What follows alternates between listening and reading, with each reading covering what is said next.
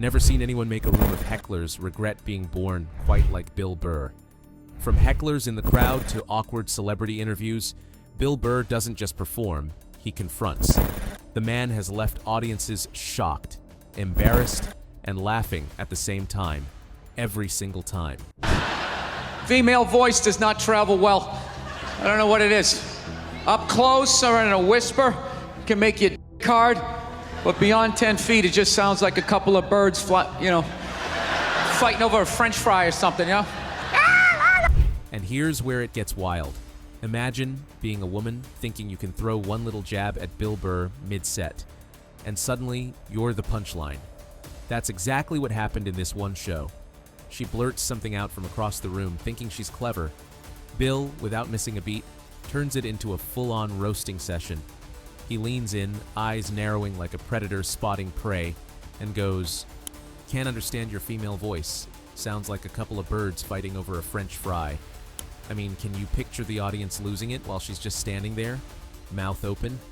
Burr makes it sound so casual, but the sting hits like a ton of bricks. And you know what's crazy? She thought she was being disruptive. Instead, she gave everyone in that room the biggest laugh of the night, all at her own expense. The way Burr handled it, effortless. He didn't even raise his voice, he just dismantled her from 10 feet away. That's it! 22 caliber, protect the house. No big deal. That's it. Come on. No, you think I wasn't setting them up? How many times did I say 22 caliber? I said the first time I heard the groans. I just keep sending that fishing line out there. There's always one guy that takes the bait. Sir, let's just say, for the hell of it, I had a loaded 22 in my hand and I started shooting at you. What would you do? Other than run screaming out of the building, sticking babies in front of you like Martin Sheen in the Dead Zone, right? Just when you thought it was safe, boom. A guy in the crowd tries to bait Burr about a gun joke. He's all cocky, like he's got this clever line prepared. Burr, of course, sees right through it. He leans into that chaos like a master chess player, and you can almost hear the mental gears turning. He spins this tiny comment into a full-blown mental movie for the audience. What if I had a load? 22 in my hand and started shooting at you? Kids running, babies in front, screaming. What would you do, huh? You can imagine the crowd's reaction. Half horrified, half dying laughing. That's Burr's genius. He makes the audience see the absurdity, while the heckler slowly realizes he's in way over his head. And it's not just improvisation, it's preparation, timing, and delivery. You're watching someone who doesn't just answer a heckle. He weaponizes it, turns it into theater, and leaves everyone thinking, never mess with this guy on stage. Black people let go of this homophobia. You always gotta check. Like, what are you doing with your manicured eyebrows? Like, I'm fucking gonna sit here and act like you're all good over there. Like, you don't swing a leg over the fence every once in a while. You got sandals on and white socks. You look like you just came from a steam room. And here's where it gets even stranger. Bill Burr on The Breakfast Club with Charlemagne. You know, one of those interviews where you think it's gonna be smooth, and then, bam. The host asks this completely random, awkward question about dating vibes. Charlemagne is trying to dissect Burr's personal life like he's some kind of relationship detective, asking if he ever felt a certain vibe from a woman. And Burr? Oh, he doesn't skip a beat. He stares at him like, wait, you're really asking me this? Are we serious right now? Then he goes full sarcastic, pointing out how ridiculous the question is, making everyone in the room laugh at the absurdity. He's calm, but every word lands like a punch. He's saying, you're wasting everyone's time with this nonsense.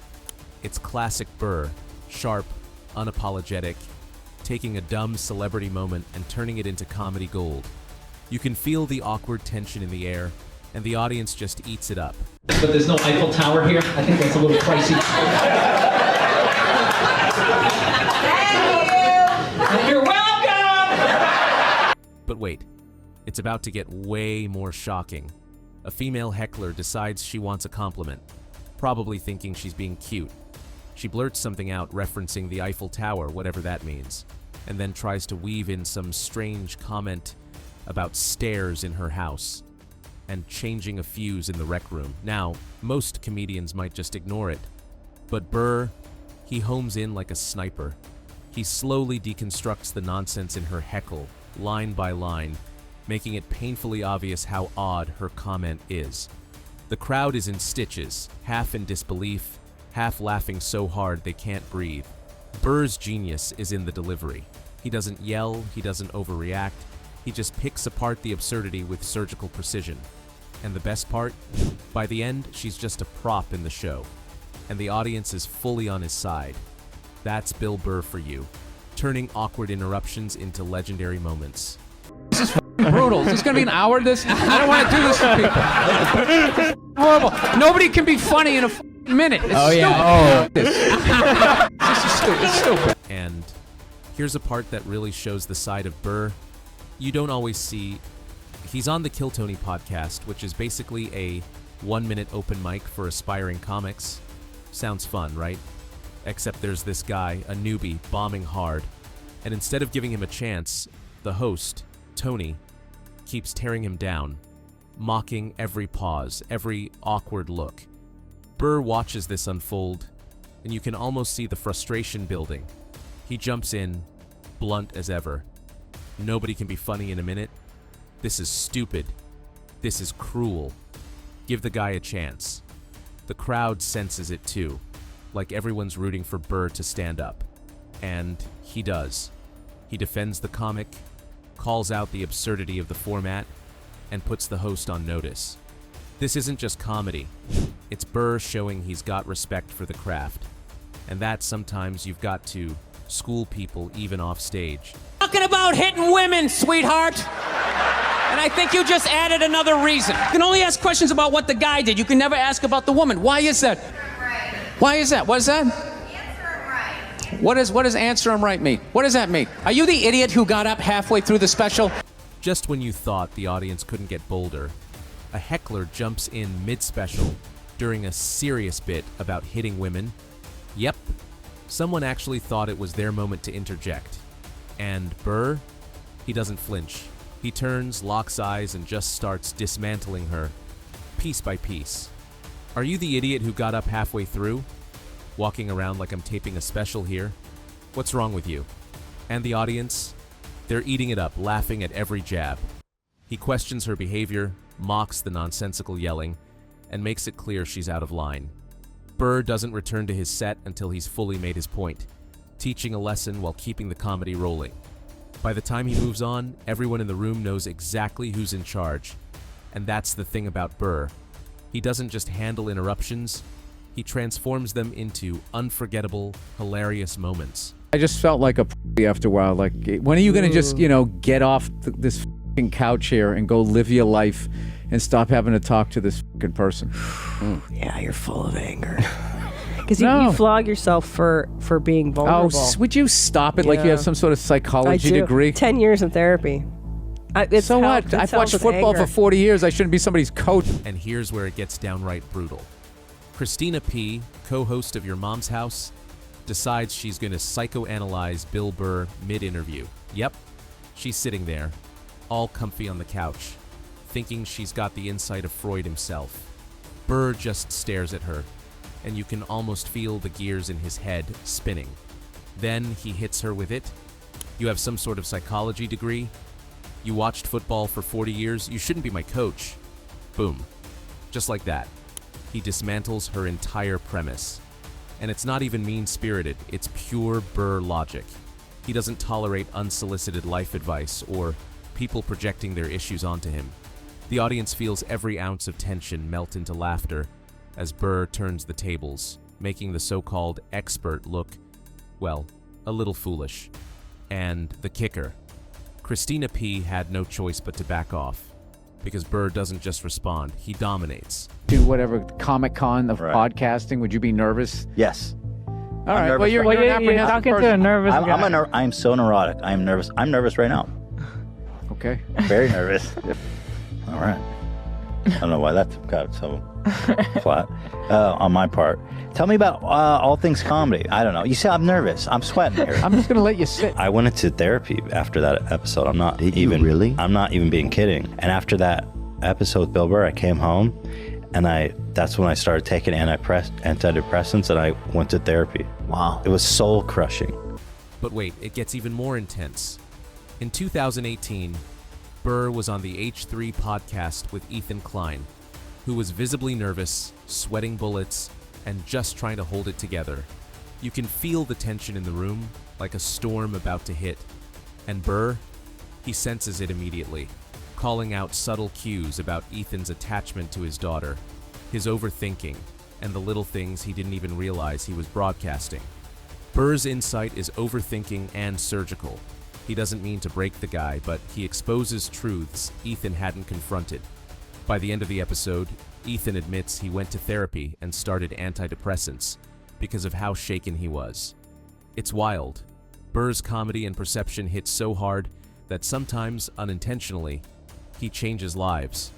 The audience is both laughing and cringing because no one else could have handled that situation the same way. 4 years of hatred. Get ready, because you got a daughter, too. Wait till she's a teenager. Wait till the hell. Everybody who fails as a father says that to me. I failed? I think so, yeah. Cole, I'm just not feeling like good vibes between the two of you. We're doing a podcast together. It feels like a business decision. How many one-armed kids in Africa had to dig out that fucking aluminum for some fucking asshole over here to make that thing? What are you gonna do with that? Put it next to your Cable Ace Award? You held that up like it was a Golden Globe. We're in the middle of my interview, and you're sitting here accepting awards. How do you think that makes me feel? And here's one that gets downright awkward. Howie Mandel decides to comment on Burr's daughter. Yeah, that's a bold move. And then starts showing off his awards, acting like he's impressing anyone. Burr doesn't let it slide. He leans in, calm but sharp, pointing out the total lack of good energy in the room. We're doing a podcast together, and it feels like a business decision. Not good vibes between us, he says, highlighting just how out of place Howie's display is. Burr doesn't hold back. He's schooling a fellow entertainer while staying entertaining as hell. The crowd senses the tension but also knows who's in charge. This is classic Burr. He doesn't care about celebrity status or awards. If you cross the line or show disrespect, he will call it out no matter who you are. And the laughs, they're just the icing on the cake. And Rocky is your hero. The whole pride of your city is built around a fucking guy who doesn't even exist. What's that, sir? What do you have to say, sir? Never passed the 8th grade. What brilliant are you gonna fucking tell me, huh?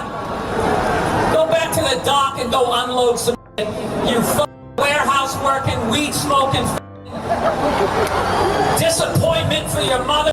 Now, if you think hecklers are tough, imagine facing an entire drunk, disrespectful city. Back in 2006, on the Opie and Anthony tour, Bill Burr tried to perform in Philadelphia. The crowd booing him relentlessly for 3 straight hours. And while most comedians might bail, Burr didn't. He fires back with a brutal, unrelenting rant, insulting city pride and the audience's intelligence and calling out every ridiculous cheer and jeer. The whole pride of your city is built around a guy who doesn't even exist, he shouts, and the crowd can't help but laugh through the frustration. He sticks it out for a full 7 minutes, teaching them a lesson in comedy and respect, refusing to leave early like the others. And just when he's done, he drops the perfect parting shot. Goes in your own ass. Have a good night, Legendary. The crowd remembers it. Burr owns it. Bill Burr's sharp wit and fearless approach have left hecklers, celebrities, and audiences reeling. From clever takedowns to brutal rants, he proves comedy isn't just about laughs. It's about truth. So, what's your take on this? Drop it in the comments. And if you enjoyed this, hit like and subscribe. More legendary moments are coming.